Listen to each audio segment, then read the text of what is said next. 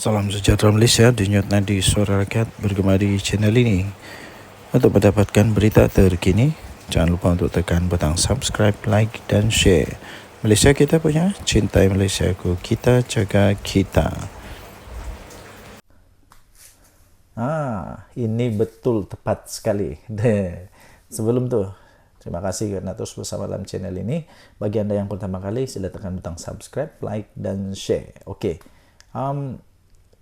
Apa tu Ada pernah peribahasa cikgu saya dulu ajar. Mengajar etik berenang pertama. Kedua, seperti ketam mengajar ketam yang lain berjalan lurus.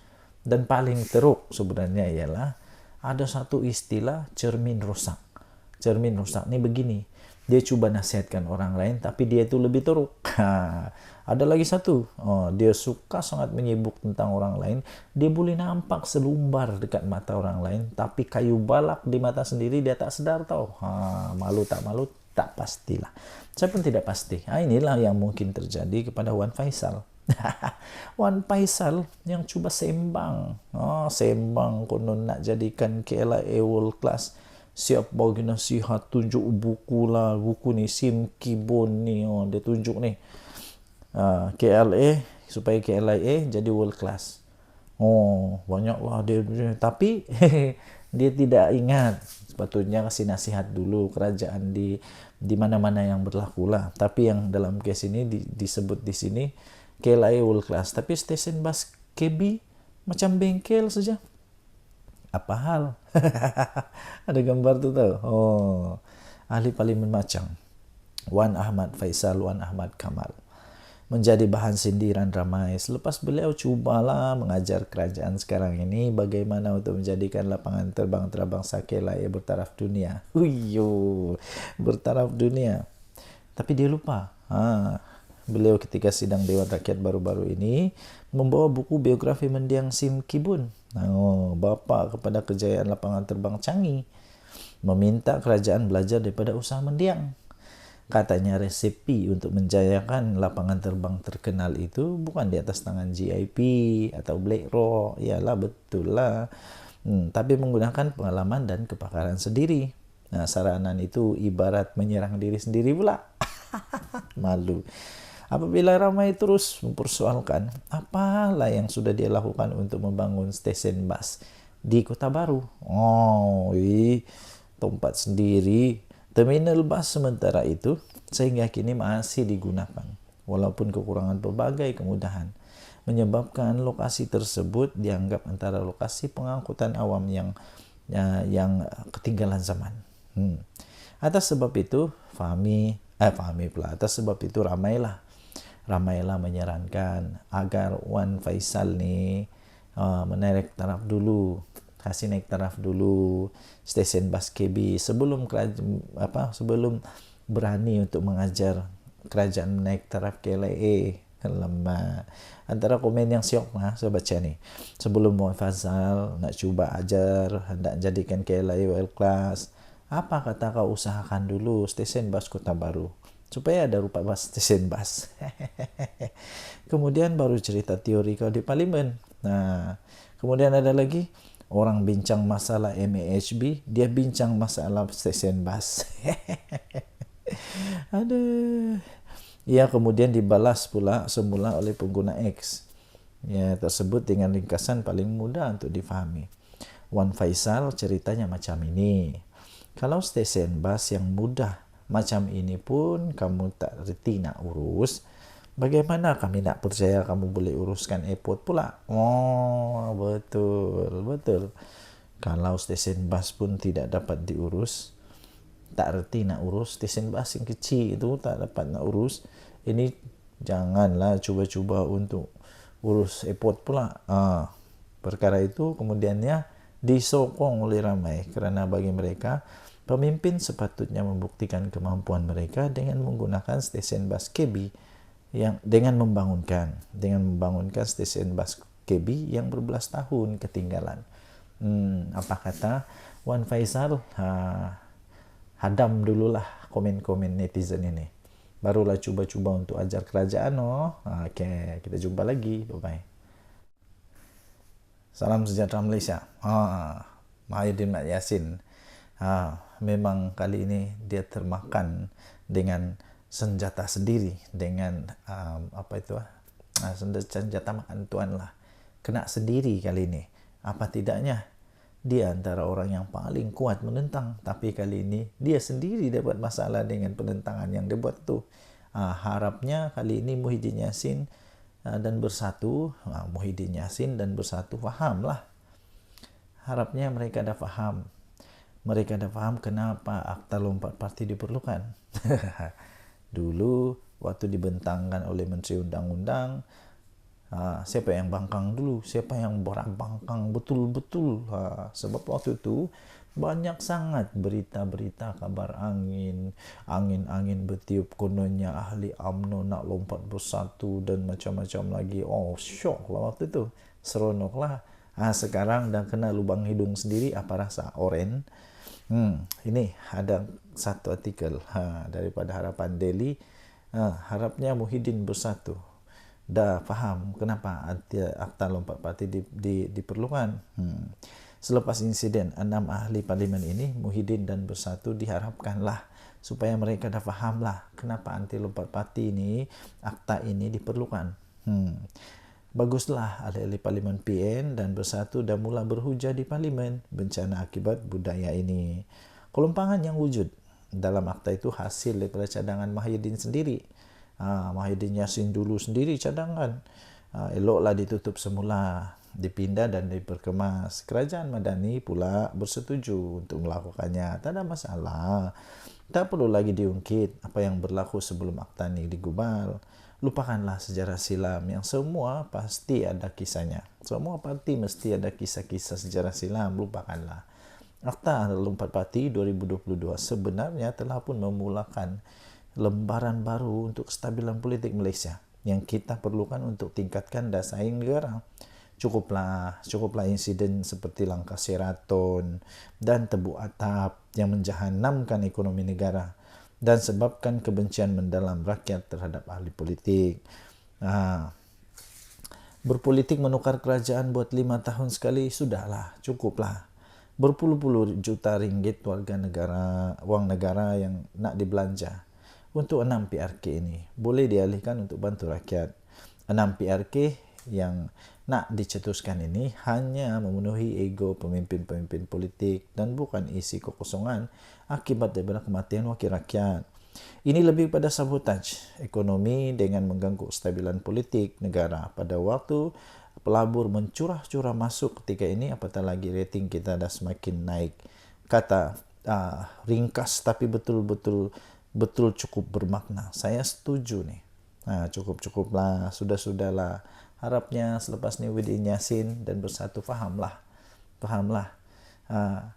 Hidup ini macam roda. Kadang-kadang kau di atas, kau tidak mau yakin sangat. Nanti bila sudah masanya, bila sendiri terkena, macam-macam lah. Lepas tu cerita lain, buat lain cerita lain. Bila terangkan kepada orang lain, lain ceritanya. Seolah-olah semua salah orang. Yang sebenarnya siapa yang bersalah. Okey, tinggalkan komen anda. Jangannya di Suara Rakyat bergema di channel ini. Jangan lupa untuk tekan butang subscribe, like dan share. Malaysia kita punya, cinta Malaysia ku, kita jaga kita. Mari kita jaga sama-sama negara kita supaya aman, damai, harmoni dan terus diberkati oleh Tuhan. Kita jumpa lagi. Bye-bye.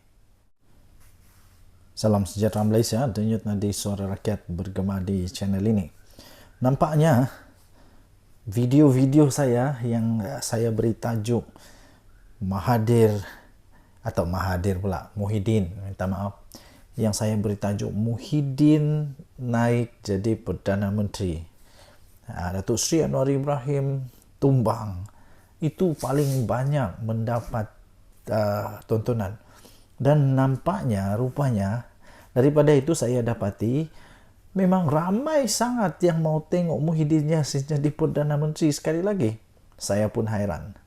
Kenapa sebenarnya ada orang mau Perdana Menteri sekali lagi Datuk Seri Tan Sri Muhyiddin Mat Yassin? Pada pendapat saya, bukan tidak boleh dia jadi Perdana Menteri sekali lagi, boleh saja. Tapi persoalannya ialah kenapa perlu dia lagi? Bukankah ada lebih ramai yang lebih bagus dan sebagainya? Dan yang paling tepat ialah dia tidak akan jadi Perdana Menteri lah. Dia tidak akan jadi Perdana Menteri untuk kali kedua dalam masa yang singkat-singkat ini, tidak. Kerana tren sekarang, saya lihat Tan Sri Muhyiddin Yassin tidak akan mendapat sokongan untuk jadi Perdana Menteri bagi Perikatan Nasional. Lagipun seperti yang kita tahu, PAS pun pernah sudah menyatakan bahawa mereka pun ada calon Perdana Menteri pada pilihan raya yang lalu, iaitu calon mereka tidak lain tidak bukan Menteri Besar Terengganu. Dan itu sendiri pun dipersetujui atau diperakui oleh Tan Sri Muhyiddin Yassin. Dia juga memperakui bahawa Dr. Sam itu, iaitu Menteri Besar Terengganu itu, memang mempunyai kualiti, memang mempunyai kelayakan untuk jadi Perdana Menteri. Habis kalau sudah begitu, mahukah PAS membiarkan begitu saja jawatan Perdana Menteri jatuh kepada Bersatu yang tak kuat mana sekarang ini, yang ramai orang kata Bersatu sekarang ini hanya berharap kepada kekuatan daripada PAS. Yang ramai orang kata Bersatu ni hanya melukut di tepi gantang, hanya mengharapkan kekuatan daripada PAS. Kalau ada pilihan raya pun, kemenangan-kemenangan daripada Bersatu itu pun hanya kerana ihsan, bantuan, kerjasama dengan PAS. Cuba kalau tidak ada PAS, boleh menang ke Bersatu? Dan lagi, saya fikir Tan Sri Muhyiddin Yassin sepatutnya memberikan peluang lah kepada yang lain. Walaupun dia secara tradisinya memanglah semua yang menjadi presiden atau bukan presiden, pengerusi kepada satu gabungan parti politik itu, Perikatan Nasional, contohnya ialah Muhyiddin Yassin. Secara tradisi, pengerusi itulah yang jadi calon Perdana Menteri. Tapi persoalannya, mahukah lagi PAS Muhyiddin Yassin jadi Perdana Menteri, yang menyebabkan PAS hanya sekejap saja berada dalam kerajaan. Sekejap saja dalam kerajaan, lepas itu tumbang. Tumbang kerana nampaknya Muhyiddin Yassin didakwa telah pun gagal menjalankan tanggungjawabnya sebagai Perdana Menteri. Mahukah kita Perdana Menteri kita sekali lagi yang tidak pun pandai bercakap secara live, yang mahu dirakam dulu, takut untuk live, takut untuk jawab wartawan, mahukah begitu? Itu soalan-soalan yang kita boleh pertanyakan. Apapun sebenarnya, kalau memang Muhyiddin Yassin jadi Perdana Menteri sekali lagi, itu bagus, tidak masalah. Yang penting pastikan kali ini kerajaan yang betul-betul nanti ni betul-betul yang bagus lah. Tidak ada lagi sakau menyakau sampai anak menantu yang lari ke luar negara tidak berani balik Malaysia. Jangan ada macam itu lagi. Berhentikanlah perkara-perkara begitu. Okey, Denyut Nadi Suara Rakyat bergema di channel ini. Jangan lupa tekan butang subscribe, like dan share. Bye-bye. Salam sejahtera Malaysia. Denyut Nadi Suara Rakyat bergema di channel ini. Untuk mendapatkan berita terkini, jangan lupa untuk tekan butang subscribe, like dan share. Malaysia kita punya, cintai Malaysiaku, kita jaga kita.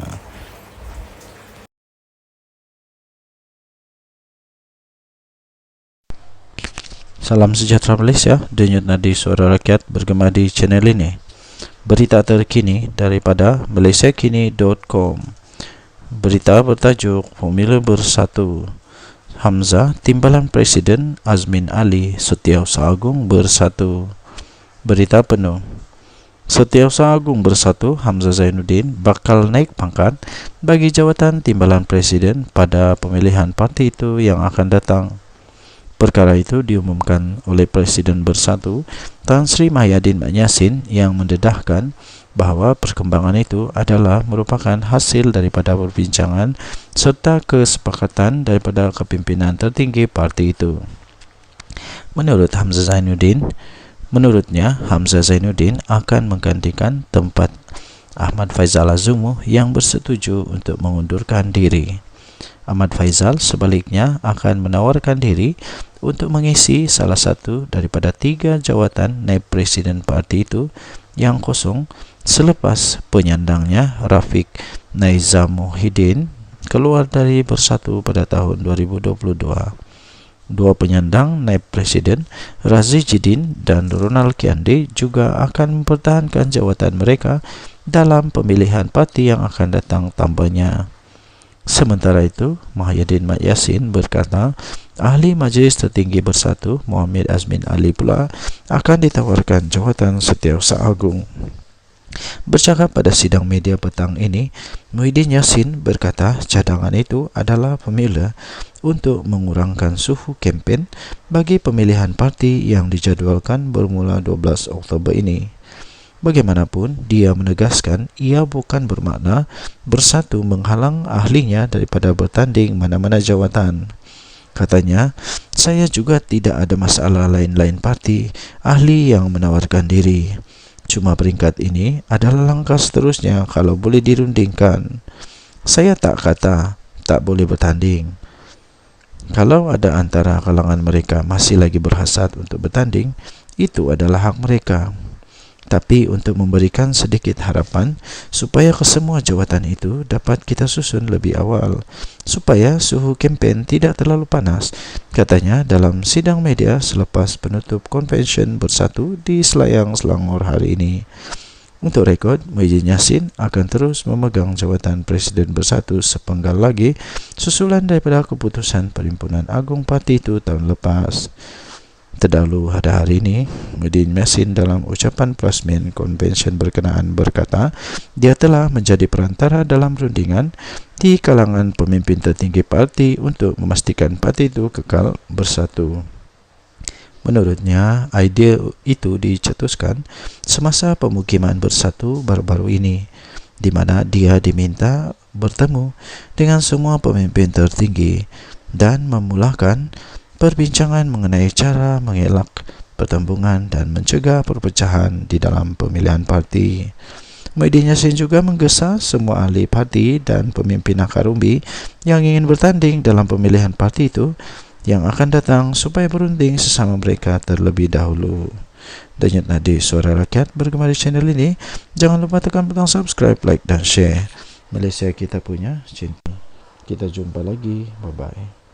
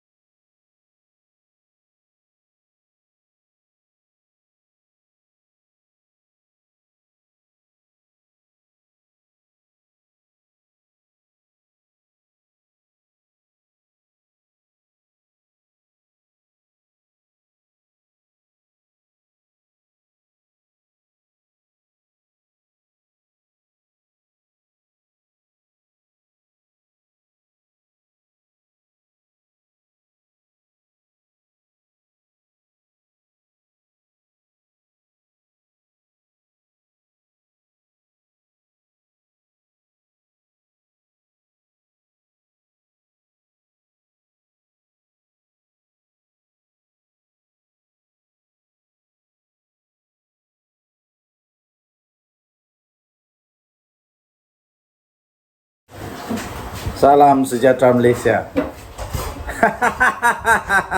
Hai, saya belum bercakap lagi sudah rasa lucu. Belum saya bercakap pun saya sudah rasa lucu. Apa yang lucunya? Ada dengar kata, wah tadi saya tonton video Jufazli. Dengan gelak yang memang lucu betul, dia kata Perikatan Nasional ada 11 ahli parlimen daripada Barisan Nasional akan melompat parti ataupun akan menarik sokongan daripada kerajaan selepas PRK Sungai Bakap. Inilah cerita lucu, cerita dongeng. Inilah cerita paling tidak masuk akal untuk 1 Julai 2024. Dia kata, saya pun mau gelak juga lah. Entah cerita dari mana, entah ini cerita kedai kopi mana yang dapat ini. Dan entah Tok Kadok, entah mana yang cerita ni, entah mana nenek Kabayan yang cerita tentang benda ni. Tidak akan berlaku, tidak mungkin akan berlaku. Yang mungkin berlaku ialah disahkan, mungkin mungkin ada lagi yang sokong PM. Wah, mungkin ada yang letak jawatan daripada Perikatan Nasional. Itu yang mungkin boleh berlaku. Kenapa? Sebab sudah ada anti lompat parti. Jadi kalau mau sokong kerajaan tidak boleh, sudah susah sudah. Jadi satu-satunya cara letak jawatan lah. Letak jawatan. Yang dari dulu Hadi Awang kata PM Anwar akan tumbang bila-bila masa. Tak sampai sudah sekarang bertambah lagi usia Tok Guru Hadi Awang. 1 tahun lagi pun tidak tumbang-tumbang. Adakah nanti 10 tahun dari sekarang baru tumbang kerajaan ini? Tidaklah, tidak akan tumbang. Kalau tumbang pun waktu pilihan raya lah kot. Waktu pilihan raya lah kot. Tidak ada lagi orang yang minat untuk tebuk-tebuk belakang, tebuk-tebuk atap. Tidak ada lagi. Lagipun yang di Pertuan Agong sekarang tidak berminat dengan tebuk atap. Tidak berminat dengan pintu belakang, main belakang, tidak. Agung sekarang, Agung yang tegas. Tidak ada harapan lagi. Untuk Atok Mahathir mau buat lagi plan A, plan B, plan C, plan D, Q. Belum pasti lagi dan tidak akan adalah. Pilihan raya 3 tahun dari sekarang. Waktu itu umur Mahathir 101 tahun. Waktu itu umur Mahathir 101 tahun. Persoalan memanglah manusia masih ada lagi ke Mahathir waktu itu. Kalau dia masih ada pun masih kuat lagi kah untuk berjajah-jajah, menjajah-jajah campaign. Kalau dia jadi MP waktu itu, tahu? Kalau dia jadi ahli parlimen waktu itu, umur dia akan menjadi umur MP paling tua. Masih boleh berjalan? Saya pun tidak tahu. Masih boleh jalan lagi ke tidak. Jadi yang pastinya 11 MP daripada Barisan Nasional yang konon mau sokong Perdana Menteri itu tidak akan jadi. Jangan risau, tidak akan jadi. Kalau ada, kalau berani, nyatakanlah siapa dia orang. Yang pasti tiada. Tiada. Kesian. Bermimpilah di siang-siang hari. Berdoalah banyak-banyak supaya boleh jadi Perdana Menteri di pulau di planet Pluto ataupun di bulan. Buatlah parlimen baru di bulan supaya boleh jadi Perdana Menteri di sana. Denyut nadi suara rakyat bergema di channel ini. Jangan lupa tekan butang subscribe, like dan share. Malaysia kita punya, cintai Malaysia aku, kita jaga kita. Bye bye.